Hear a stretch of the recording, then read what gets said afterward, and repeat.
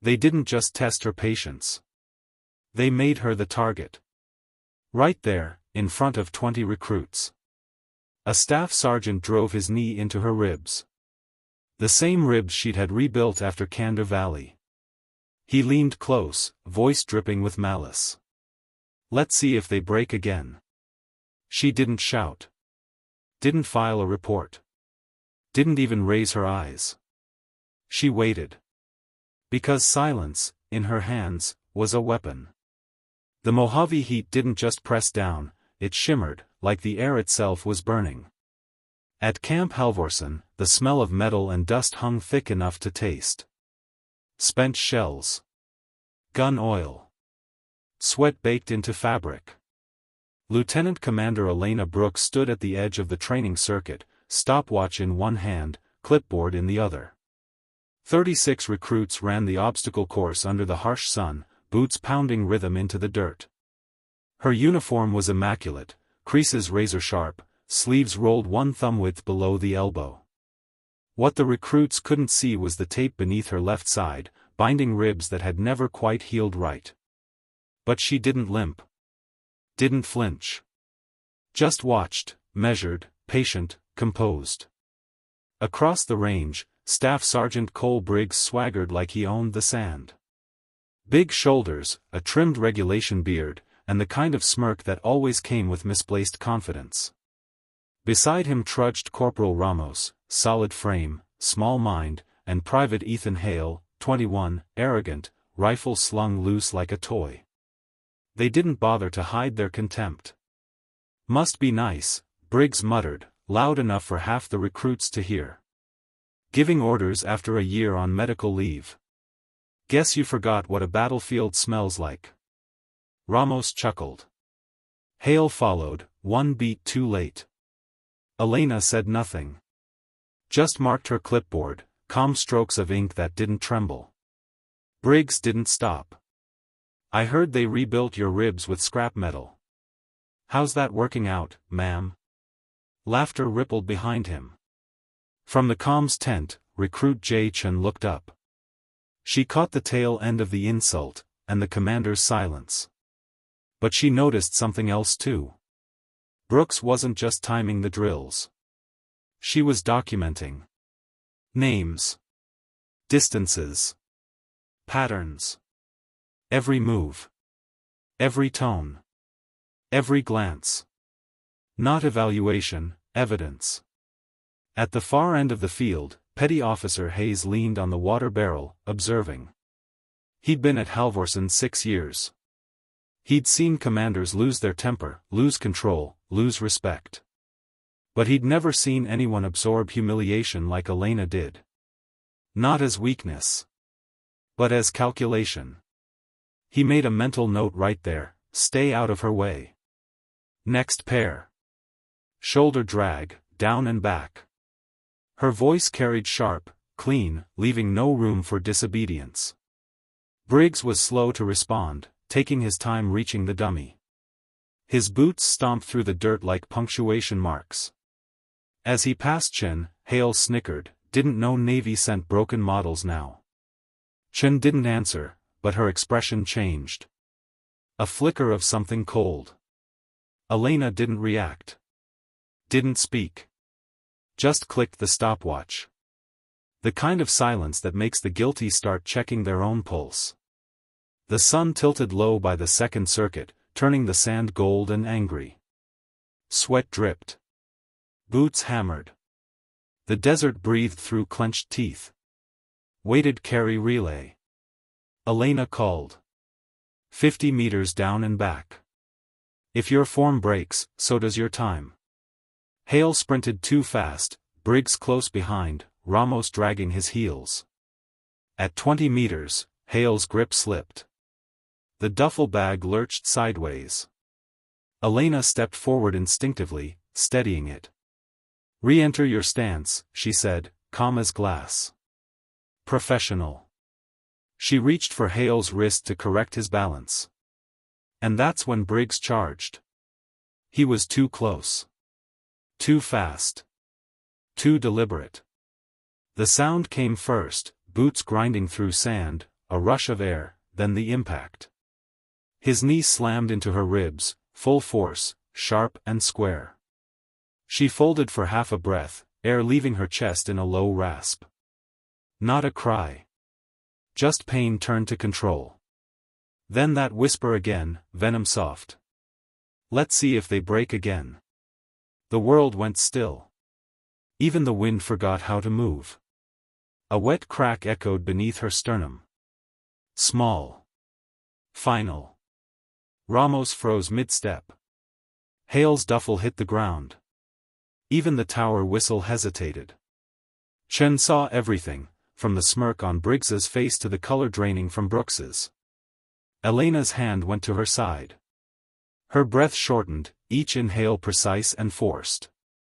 But her voice stayed steady. Finish your circuit. The recruits hesitated. I said finish it. Briggs smirked, pretending to gasp for air. Guess those plates didn't hold, ma'am. Elena looked at him once, flat, unreadable. Then clicked her stopwatch, wrote something down, and turned away. Every step calculated. Every breath measured. 17 strides to the medbay. She counted each one. Not to distract herself, but to make sure her anger never got a single step ahead of her discipline. Inside the medical bay, the air was sterile and cold, pretending to hide the desert's heat. Elena sat on the metal table, one boot still on, her left hand pressed against her ribs. The medic slid an X-ray plate beneath her arm. Deep breath, he said. She tried. The inhale caught halfway, sharp and shallow. The machine clicked twice. He didn't need to speak, his expression said it all. 2 fresh fractures, right where the old plates had fused. Commander, I need you to print the film, she interrupted, eyes steady. Protocol requires. I am the protocol. He hesitated. Then printed. She signed her own limited duty waiver, declined painkillers, and tightened the wrap herself, slowly, precisely. Each motion deliberate. Controlled. The bruise had already started to bloom, dark purple crawling over pale scar tissue. She touched it once, then looked past the walls. For a moment, she wasn't in the medbay anymore. She was back in Candor Valley, 2019. Dust and smoke. Collapsed walls. 5 ribs gone. A comms officer dragged clear because she'd pushed him first. She'd stayed conscious while her lung collapsed, giving coordinates through broken breath. Her commander's voice still echoed in memory. Control isn't silence, Brooks, it's command. She had lived by that ever since. Pain was just information. And information could be used. Outside the curtain, someone hesitated, boots half turned away. Come in or go, she said. Chen's voice came through softly. Ma'am, he said it on purpose. I heard him. Every word. Elena's hands stilled. You have a good memory, recruit. Yes, ma'am. Then keep it. You'll need it tomorrow. Chen swallowed, nodded, and left. Elena turned to the clipboard. 3 words in bold letters. Control. Pain. Ego. Then below it. Request authorization, reflex evaluation, range 47. She signed her name, pressed the pen closed, and exhaled once. Pain flared like electricity under her ribs. But her eyes, calm. Focused. If discipline had a sound, it was that click of a pen in silence. The desert morning didn't change much. Same heat, same wind, same hum of the generators by the fences. But the air inside Camp Halvorsen felt different now, tighter, quieter. Word had spread long before the official memo. No one needed to see the report, the story told itself. Everyone had heard about Sergeant Briggs. About the recording. About what really happened on Range 47. By noon, recruits walked straighter. Orders got sharper. And for the first time in months, nobody treated silence as weakness. In the control office, recruit Jae Chun sat before her console, headset coiled beside her. Across from her, Captain Rogers read the final summary file, no commentary, no theatrics. Just lines of text that carried the weight of what discipline looks like when it bleeds quietly. He closed the folder and looked up. "You realize," he said, "you changed more than one record here." Chen's eyes flicked to the glass window, where Brooks crossed the courtyard outside, sun glaring against her uniform. "She did, sir," she answered softly. "I just pressed record." Rogers gave a rare half-smile. "Sometimes that's all history needs." Outside, Commander Brooks walked alone toward the range. The sand still carried footprints from the night before. Each one half filled by morning wind, as if the desert itself was trying to erase them. Her ribs ached with every breath, but pain had long since become background noise.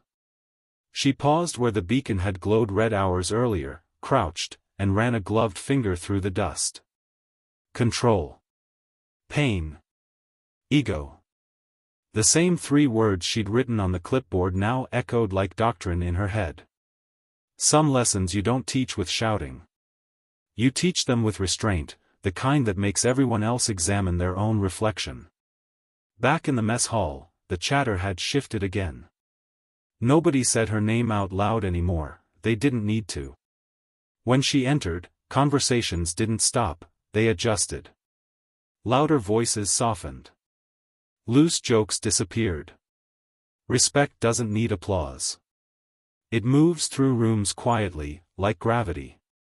Brooks picked up her tray, the same careful pace, same steady posture. She passed by Ramos, who stared at his food, and Hale, who couldn't bring himself to meet her eyes. No words. Just awareness. At the far table, Chen watched. A faint nod passed between them, small, almost invisible, but it landed heavier than any salute.